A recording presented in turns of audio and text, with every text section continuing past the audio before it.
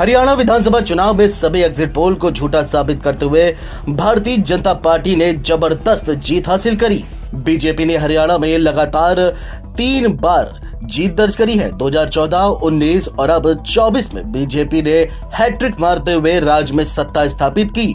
हरियाणा में भारतीय जनता पार्टी की जीत के 5 बड़े फैक्टर क्या हैं, इस खबर में आपको बताते हैं।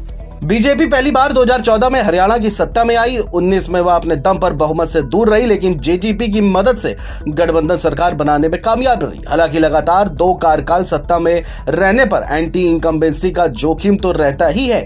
इसी जोखिम को खत्म करने के लिए बीजेपी ने लोकसभा चुनाव से ठीक पहले अपना जांचा परखा आजमाया दांव चल दिया। दांव मुख्यमंत्री बदलने का। पंजाबी खत्री मनोहर लाल खट्टर की जगह पर उनके ही भरोसेमंद नायब सिंह सैनी को मुख्यमंत्री बनाया। चुनाव नतीजे बता रहे हैं कि बीजेपी का यह दांव कामयाब रहा।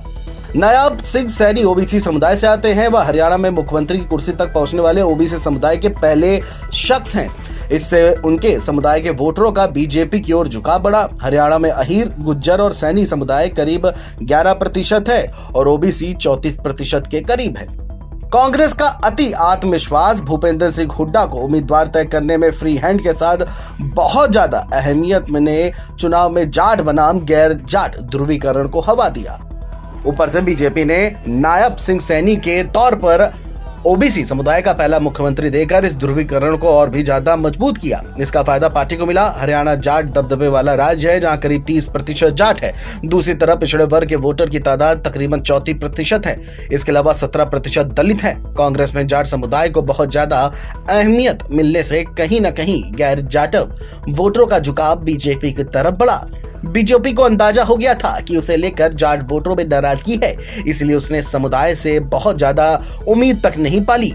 वहीं बीजेपी ने सत्ता विरोधी रुझान और स्थानीय स्तर पर विधायक के लेवल पर वोटरों में नाराजगी को दूर करने के लिए सीएम बदलने के अलावा एक और दांव चला। दांव नए उम्मीदवारों को मैदान में उतारने का।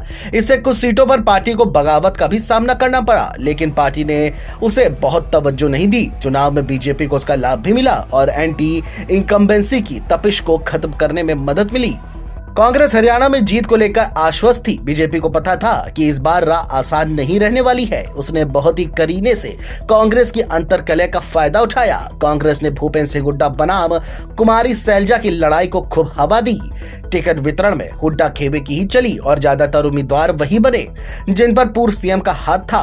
सैलजा इससे असहज भी हुई और उन्होंने चुनाव प्रचार से दूरी बना ली। इतना जरूर है कि राहुल गांधी की एक रैली में वह हुड्डा के साथ मंच पर दिखी।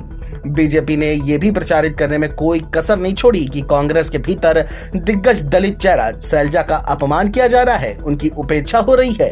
इसके अलावा पार्टी ने मिर्चपुर कांड की याद दिलाकर दलितों को चेतावनी भी दी कि अगर कांग्रेस सत्ता में आई तो उनके समुदाय पर अत्याचार का दौर शुरू हो सकता है। नतीजा यह हुआ कि बीजेपी को दलित वोटरों को भी साधने में बड़ी कामयाबी मिलती दिखी और नतीजा सबके सामने है। भारतीय जनता पार्टी ने एक बार फिर से हरियाणा में अपनी सत्ता कायम की है। Video desk, NBT online.